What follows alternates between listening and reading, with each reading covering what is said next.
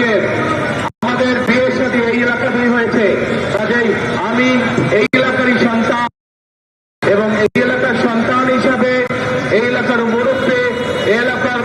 মাদের কাছে, এই এলাকার ভাইদের কাছে, এই এলাকার বোনদের কাছে আজ আমি ধানের শীষের জন্য ভোট চাইছি।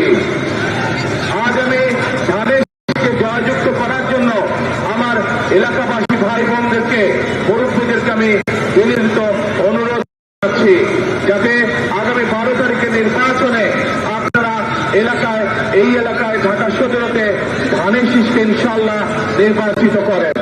প্রিয় ভাই বোনেরা, কর্মীবর্গ, আমি যদি এবং আমার দল ইনশাআল্লাহ আপনাদের ভোটে, এই দেশের মানুষের ভোটে নির্বাচিত হলে আমরা সমগ্র দেশ সহ এই ঢাকা শহরকে একটি নিরাপদ শহরে রূপান্তরিত করতে চাই, নিরাপদ শহরে পরিণত করতে চাই,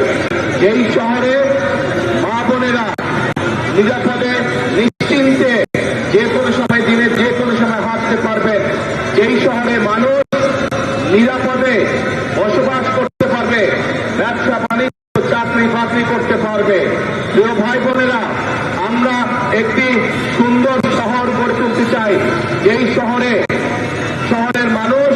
বুক ভরে শ্বাস নিতে পারবে। প্রিয় ভাই বোনেরা, এখানে একটু আগে সালাম সাহেব বলেছেন এই এলাকায় খেলার মাঠ নেই।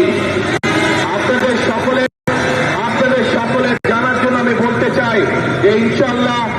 আপনাদের দোয়ায়, আল্লাহর রহমতে বিএনপি 12 তারিখে সরকার গঠন করলে শুধু এই এলাকাতেই নয়, ঢাকা 17-তেই নয়,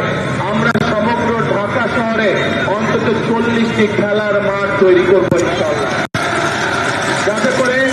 আমাদের সন্তানেরা খোলা মাঠে খেলাধুলা করতে পারে, যাতে করে আমাদের মুরব্বীরা,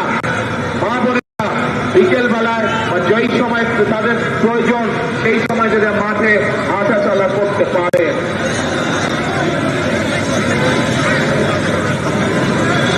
প্রিয় ভাই বোনেরা, এই এলাকার মানুষের আরেকটি দাবি আছে, ইসিবি চত্বর থেকে জসিমউদ্দিন পর্যন্ত 60 ফিট প্রশস্ত করানোর জন্য যে রাস্তাটি আছে, ইনশাআল্লাহ বিএনপি সরকার গঠন করলে আমরা মানুষের বসবাসের জন্য, চলাচলের জন্য এই এলাকার রাস্তার প্রসার ঘটাবো ইনশাআল্লাহ। প্রিয় ভাই বোনেরা, পরিশেষে আপনাদের কাছে আবারও ধানের শীষের পক্ষে সমগ্র বাংলাদেশে আপনাদের বন্ধু বান্ধব, আত্মীয় স্বজন যারা আছে,